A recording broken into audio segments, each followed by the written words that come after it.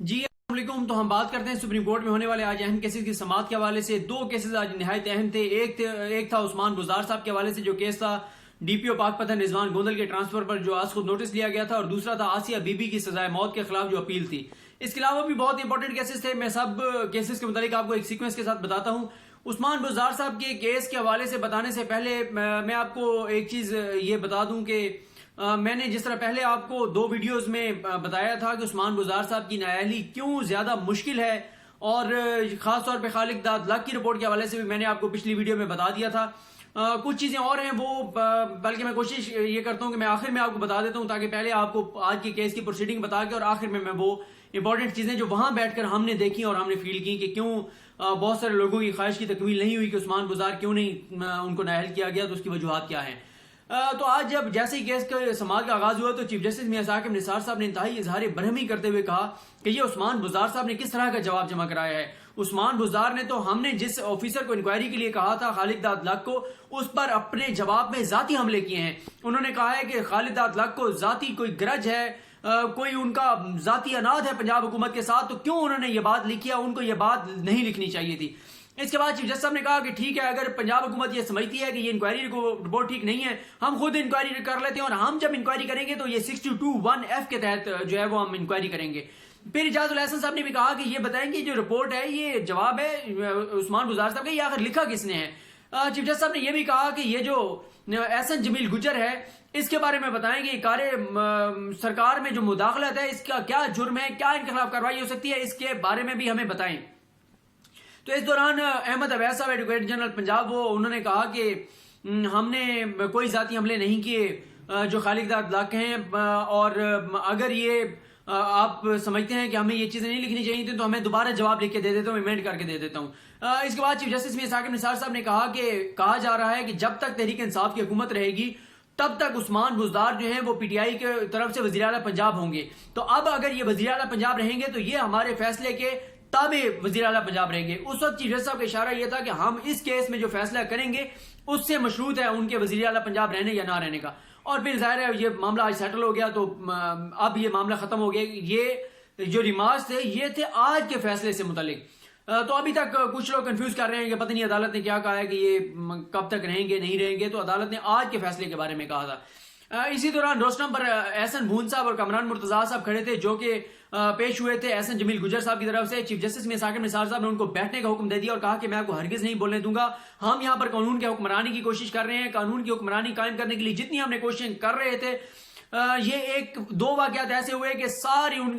کوششوں کی دھجیاں اڑا کر رکھ دی گئی ہیں۔ چیف جسٹس میاں ثاقب نثار نے کہا کہ عمران خان کی کو میری طرف سے ڈسپلیئر پہنچائیے گا، میری طرف سے یہ جو ناراضگی ہے، یہ جو میں ناراضگی کا اظہار کر رہا ہوں، یہ پہنچائیے گا کہ ہم کیا کر رہے ہیں اور آپ کے لوگ کیا کر رہے ہیں۔ چیف جسٹس صاحب نے کہا کہ پہلے کی طرح کے معاملات دوبارہ شروع ہو گئے ہیں۔ کرامت کھوکھر کے کیس میں ہم نے دیکھا کہ کس طرح سے وہ منشا بم کی سفارشیں کر رہے تھے، ان کو بچا رہے تھے، اور ہم نے پھر یہ معاملہ پی ٹی آئی کی کمیٹی کو بھی بھیجا تھا کہ پی ٹی آئی خود اس پر دیکھے۔ تو کیا یہ ہے نیا پاکستان، یہ بنایا جا رہا ہے نیا پاکستان؟ چیف جسٹس میاں ثاقب نثار صاحب کا کہنا تھا کہ جب ہم اس معاملے کی انکوائری کریں گے تو نیا پاکستان تو پھر ہوگا جب ہم آرٹیکل 62(1)(f) کے تحت انکوائری کریں گے، وہ ہوگا اصل نیا پاکستان۔ اس کے ساتھ ہی احمد عبید صاحب نے دوبارہ کہا کہ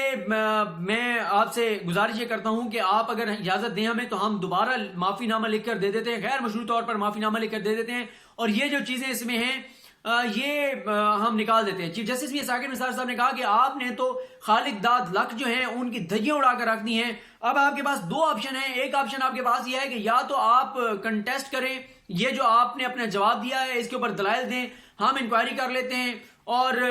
دوسرا پھر یہ ہے کہ جیسے آپ کہہ رہے ہیں کہ آپ غیر مشروط معافی مانگ لیتے ہیں تو آپ اس میں سے دیکھ لیں۔ تو اس کے بعد بریک ہو گئی۔ بریک کے بعد دوبارہ جب احمد عبید صاحب تمام وکلا پیش ہوئے تو انہوں نے کہا جی میں نے غیر مشروط طور پر معافی لکھ کر دے دی ہے، اور میں جو ہے چیف جسٹس میاں ثاقب نثار نے کہا کہ اس پر تو آپ کے سائن ہے، کیا آپ نے وزیر اعلیٰ پنجاب سے بات کر لی ہے؟ انہوں نے کہا جی بالکل میں نے سی ایم پنجاب سے بات کر لی ہے، اور ان کی اجازت کے ساتھ ہی یہ معافی نامہ جمع کرا رہا ہوں۔ چیف جسٹس صاحب نے کہا کہ ہم یہ آپ کو بتا رہے ہیں کہ یہ معافی نامہ ہم ریکارڈ پر لا رہے ہیں، گو کہ انہوں نے پڑھنے کے بعد جو معافی نامہ تھا تینوں کا، آئی جی کلیم امام صاحب کا، عثمان بزدار صاحب کا، احسن جمیل گجر صاحب کا، وہ پڑھنے کے بعد دونوں ججز سے مشورہ کیا، جسٹس فیصل عرب سے اور جسٹس اعجاز الاحسن سے مشورہ کرنے کے بعد یہ کیس نپٹا دیا، لیکن یہ وارننگ ضرور دی ہے کہ اگر آئندہ اس طرح کا کوئی معاملہ ہوا تو ہم کسی طور پر نہیں چھوڑیں گے، کوئی رعایت نہیں دیں گے۔ چیف جسٹس میاں ثاقب نثار نے احسن جمیل گجر سے کہا کہ یہ گجر بدماش ہوں گے تو کہیں اور ہوں گے، ہم پاکستان کے اندر آپ کو بدماشی نہیں کرنے دیں گے، آپ اب کم از کم اگلے 2-2.5 ماہ تو بڑی احتیاط کے ساتھ گزاریں گے کہ جب تک میں ہوں تب تک تو آپ بڑے احتیاط سے گزاریں گے، تو آپ کی اگر کوئی شکایت آئی تو ہم کسی طور پر آپ کو نہیں چھوڑیں گے اور ہو سکتا ہے پھر ہم آپ کو جیل بھیج دیں۔ اب میں آپ کو بتاتا ہوں کہ کیوں پچھلی ویڈیو میں بھی میں نے آپ کو کہا تھا کہ خالق داد لک کی رپورٹ کی بنیاد پر یہ وزیر اعلیٰ پنجاب کو نائل نہیں کیا جا سکے گا۔ اس کی وجہ یہ ہے کہ خالق داد لک جو ہیں انہوں نے اپنی رپورٹ میں صرف مفروضوں پر لکھا ہے۔ میں نے پچھلی بار بھی بتایا تھا، ان کی رپورٹ کے آخری 2 پیراگراف پڑھ لیجئے۔ انہوں نے کہا کہ پرزمپشنز جو میں دیکھ رہا ہوں، یہ ہوا یہ ہوا یہ ہوا، اگر ان کڑیوں کو ملایا جائے تو اس کا مطلب یہ ہے کہ یہ سارا کیا دھرا جائے وزیر اعلیٰ پنجاب عثمان بزدار کا ہے۔ تو اگر آپ نے کسی کو تاحیات نائل کرنا ہوتا ہے 62(1)(f) کہنا آسان ہے، لگانا بہت مشکل ہے، تو اس کے لیے ضروری ہوتا ہے کہ آپ کے پاس مکمل ثبوت ہوں۔ جب تک کوئی ایڈمیٹڈ فیکٹس نہ ہو تب تک کسی رکن اسمبلی کو نائل نہیں کیا جا سکتا۔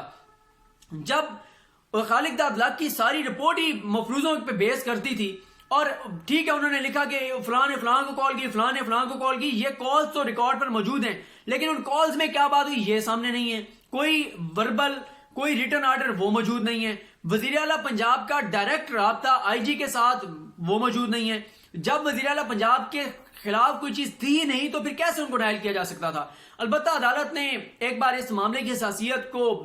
شو کرانا تھا، عدالت نے بتانا تھا کہ عدالت ان معاملات میں کوئی رعایت نہیں برتے گی تاکہ اوپر سے لے کے نیچے تک سب کو پیغام چلا جائے۔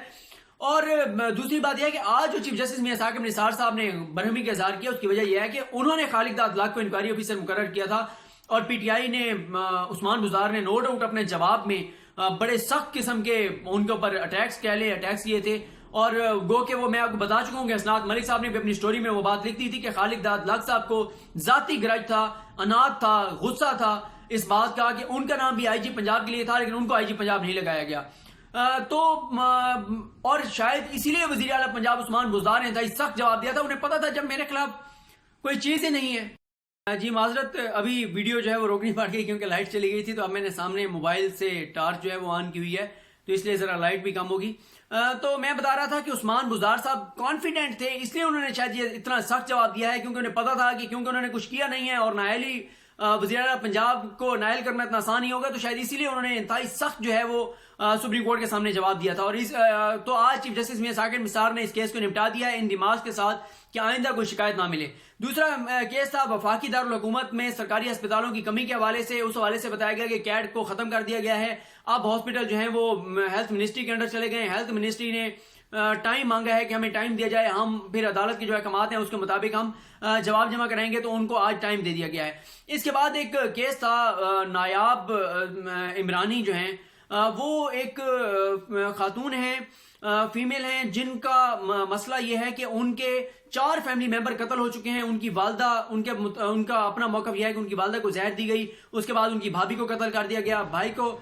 پھر کچھ عرصے بعد قتل کر دیا گیا، بھائی کے بعد بہن کو قتل کر دیا گیا۔ معاملہ یہ ہے کہ ان کے والد نے دوسری شادی کی تھی اور یہ ان کی جو والدہ ہیں وہ دوسری ان کی مسز تھیں، تو ان کی جو فیملی ہے وہ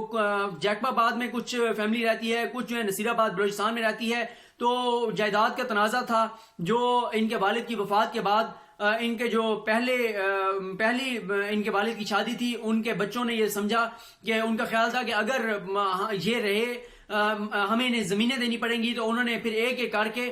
قتل کرتے گئے۔ ان کا یہ کہنا ہے کہ ان کی والدہ کو تو زہر دیا گیا تھا، لیکن اس کے بعد ان کی بھابھی جو ہے اس کو قتل کر دیا گیا۔ ان کی بھابھی کو جو قتل کیا گیا تو ان کے بھائی اس کیس کو پرسو کر رہے تھے، پھر بھائی کو قتل کر دیا گیا، پھر بھائی اور بھابھی کے کیس کو ان کی بہن جو ہے وہ اس کو فالو کر رہی تھی اور وہ اس کیس کو منطقی انجام تک لے کر جانا چاہتی تھی، تو اس کے بعد ان کو بھی جو ہے وہ قتل کر دیا گیا۔ تو اس کے بعد یہ ان سارے جو فیملی میں قتل ہوئے ان کیسز کو لے کے چل رہی تھی، تو ان کو تھریٹس تھے۔ پھر یہ معاملہ سپریم کورٹ رپورٹرز ایسوسی ایشن کے جو صدر ہیں طیب بلوچ صاحب، ان کو کریڈٹ جاتا ہے، انہوں نے اس معاملے میں کافی کام کیا۔ ان کی کاوشوں اور کوششوں سے یہ معاملہ چیف جسٹس میاں ثاقب نثار صاحب تک پہنچا۔ چیف جسٹس میاں ثاقب نثار صاحب نے پھر اس پر از خود نوٹس لیا، اور اس کے بعد اب وہ جو نایاب ہیں وہ اس وقت ان کو سیکورٹی دی گئی ہے، وہ اسلام آباد میں ہیں، اور اسی طرح یہ کیا گیا ہے کہ جو ان کی جائیدادیں ہیں، سینکڑوں ایکڑ ان کی جائیدادیں ہیں، وہ کہا گیا ہے کہ ان کو دلوائی جائیں جو ملزمان ہیں ان کو پکڑنے کے لیے ہدایات دی گئی ہیں. آئی جی بلوچستان کو اگلی سماعت پر طلب کیا گیا ہے.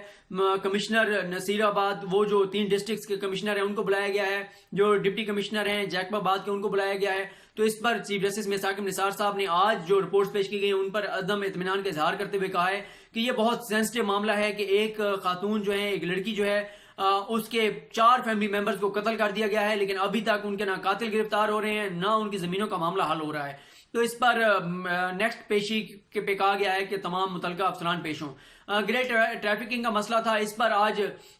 سپریم کورٹ نے کمیٹی بنائی ہے. I B, I S I, F I A, P T A اور موبائل کمپنیوں پر مشتمل. چیف جسٹس میں ثاقب نثار صاحب کا کہنا تھا کہ اس حوالے سے کچھ نہیں ادارے کر رہے. پی ٹی اے سے پوچھا گیا تو انہوں نے ایف آئی اے پہ ڈال دیا معاملہ، ایف آئی اے سے پوچھا گیا تو انہوں نے آئی بی اور پی ٹی اے پہ ڈال دیا. تو چیف جسٹس صاحب نے کہا کہ آپ کی کوارڈینیشن نہیں ہے، اربوں روپے کا ملک کو نقصان ہو رہا ہے. ڈی جی ایف آئی نے بتایا کہ 291 ایکسچینجز بند کرنے سے ملکی خزانے کو 3 ارب روپے کا فائدہ ہوا. تو چیف جسٹس صاحب نے کہا کہ اربوں روپے بچائے جا سکتے ہیں، اس پر کام فوری طور پر کیا جائے، چھاپے مارے جائیں، کاروائیاں کی جائیں اور اس سے ہم پیسہ بچا سکتے ہیں اور وہ بچایا ہوا پیسہ ہم ڈیم میں لگا سکتے ہیں، کیونکہ 2025 میں پاکستان کو پانی کی شدید قلت کا سامنا ہوگا. ہم نے اپنی آنے والی نسلوں کے لیے کچھ کرنا ہے. چیف جسٹس میاں ثاقب نثار صاحب نے آج نوٹس لیا کہ یہ جو تعلیمی اداروں کے اندر منشیات بیچی جا رہی ہیں، چیف جسٹس صاحب نے کہا کہ آنے والی نسلوں کو منشیات پر لگایا جا رہا ہے. اس حوالے سے آج تمام متعلقہ اداروں کو حکم دیا گیا ہے کہ وہ فوری طور پر کارروائی کریں اور منشیات فروشوں کو پکڑیں، خاص طور پر ان منشیات فروشوں کو جو کہ اسکول، کالجز اور یونیورسٹیز کے اندر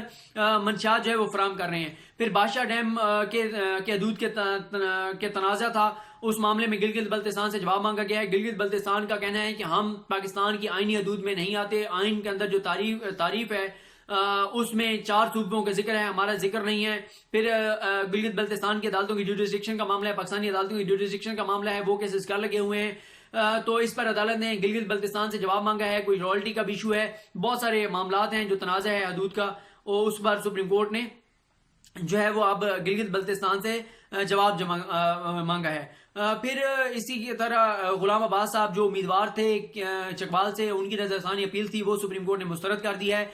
کامران مرتضیٰ صاحب کا کہنا تھا کہ ان کو آپ لکھ دیں کہ یہ معاملہ اگلے الیکشن میں ان کے لیے رکاوٹ نہیں ہوگا. سپریم کورٹ نے کہا ہے کہ نہ ہم نے یہ لکھا ہے کہ یہ اگلے کیس کے لیے ان کے لیے رکاوٹ ہوگا، نہ ہم یہ لکھیں گے کہ اگلے کسی موقع کے اوپر، اگلے کیس کے لیے نہیں، اگلے کسی موقع کے اوپر جب وہ کیس جو الیکشن لڑیں گے تو اس وقت ان کے لیے کوئی رکاوٹ ہوگا. اس کے بعد بہت ہی امپورٹنٹ میٹر ہے ایف بی آر کی کارکردگی پر سپریم کورٹ نے انتہائی برہمی کا اظہار کیا ہے. چیف جسٹس میں ثاقب نثار کا کہنا ہے کہ کرپشن کی حد ہو گئی ہے. ایف بی آر کی جانب سے اخباروں میں خبریں جاری کی جاتی ہیں کہ ہمارے اربوں کھربوں روپے عدالتی مقدمات کی وجہ سے پھنسے ہوئے ہیں، جب ہم مانگتے ہیں تو ہمیں لسٹیں نہیں دی جاتی. تو چیئرمین ایف بی آر کو طلب کیا گیا تھا، گو کہ وہ ادھر اسلام آباد میں نہیں تھے، وہ تو نہیں آ سکے، ممبر لیگل ہے. چیف جسٹس صاحب نے کہا کہ ایف بی آر جو ہے وہ ٹیکس چوروں کے ساتھ ملا ہوا ہے. ایف بی آر جو ہے وہ ایسے غیر سنجیدہ مقدمات عدالتوں میں بھیج دیتا ہے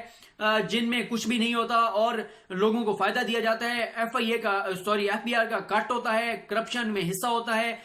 جو مقدمات یہاں بھیجے جاتے ہیں وہ سارا جو گند اپنا ہوتا ہے وہ عدالتوں میں پھینک دیا جاتا ہے، بدنام عدالتوں کو کیا جاتا ہے. پھر اخباروں کو، میڈیا کو بتایا جاتا ہے کہ ہم تو بہت کچھ کرنا چاہتے ہیں، ہمارے کیسز عدالتوں میں پینڈنگ ہیں. آج جو لسٹ منگوائی گئی اس کے اوپر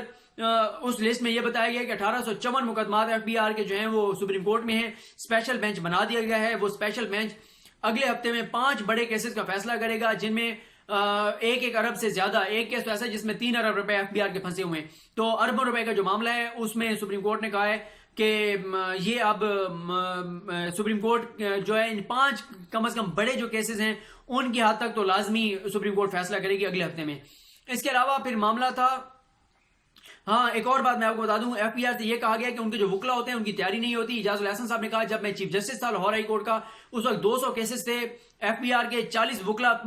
چینج ہوئے، کسی کی کوئی تیاری نہیں ہوتی تھی. میں نے رائنا احمد جو تھیں ان کی ممبر لیگل یا جو بھی ان کی ممبر تھیں ان کو بھی بلایا، ان کو بھی کہا، اور اب حکم دیا گیا ہے کہ جو وکلا پیش ہوں گے ایف بی آر کی جانب سے وہ تیاری کے ساتھ پیش ہوں گے، کوئی تاریخیں نہیں دی جائیں گی. یہ نہ ہو کہ وہ تیاری کے ساتھ پیش نہ ہوں. اس حوالے سے عدالت کوئی رعایت نہیں برتے گی. Chairman N H A case چل رہا تھا این ایچ اے کا، اس میں چیئرمین این ایچ اے کو بلایا گیا ہے، ان سے بین ایل پی لیا گیا ہے کہ کوئی نہیں وہ بھرتیاں نہیں کریں گے، اور نہ ہی انہیں کہا گیا ہے کہ یہ جو کچھ بھرتیوں کے نام پہ جو پیسے لیے جا رہے ہیں اس حوالے سے ان سے بین ایل پی لیا گیا ہے کہ کوئی کسی قسم کے پیسے جو ہے وہ نہیں لیے جائیں گے. مراد علی شاہ کی نااہلی کا معاملہ تھا اقامے کی بنیاد پر. یہ بہت امپورٹنٹ کیس ہے. گو کہ بہت اہم چیزیں مراد علی شاہ صاحب کے خلاف پیش کی گئیں، لیکن کہا یہ گیا عدالت کی طرف سے کہ یہ الیکشن پیٹیشن میں آپ جا کر اور یہ چیزیں دیں. آپ 184(3) میں نہیں کر سکتے. تو اب حامد خان پیش ہوئے تھے ان کے خلاف. اب یہ معاملہ نیچے ٹریبیونل کے پاس جائے گا, الیکشن کمیشن کے پاس جائے گا, الیکشن کمیشن کے بنائے ہوئے ٹریبیونل کے پاس جائے گا, جو الیکشن کمیشن نے اپنے لاز کے مطابق جو ٹریبیونل وہ بناتے ہیں. تو لیکن یہ ضرور ہے کہ جو چیزیں وہ بتا رہے تھے عدالت کو, اگر تو اسی طرح حامد خان صاحب جس طرح بتا رہے تھے, تو پھر مراد علی شاہ جو ہیں, جو وزیر اعلیٰ سندھ ہیں, وہ کم از کم بچتے ہوئے نظر نہیں آ رہے. تو اب آخر میں رہ گیا ہے آسیہ بی بی کے کیس کے حوالے سے. ان کے کیس کی سماعت 3 گھنٹے تک جاری رہی, تو میں اس پر ایک الگ ویڈیو بنا کر انشاءاللہ آپ کو اپڈیٹ کرتا ہوں, اور تاکہ اتنی دیر میں لائٹ بھی آ جائے, اور یہ ویڈیو میں اپلوڈ کر دیتا ہوں تاکہ نیکسٹ جو ہے پھر میں کچھ دیر بعد جب لائٹ آ جائے گی, کیونکہ باہر آج موسم خراب ہے تو اس وجہ سے لائٹ بھی بار بار جا رہی ہے, تو انشاءاللہ میں جیسے وہ لائٹ آتی ہے میں آسیہ بی بی کا جو کیس ہے اس حوالے سے آپ کو آگاہ کرتا ہوں. اللہ کریم آپ کا حامی و ناصر ہو. اپنی دعاؤں میں یاد رکھیے گا. خدا حافظ.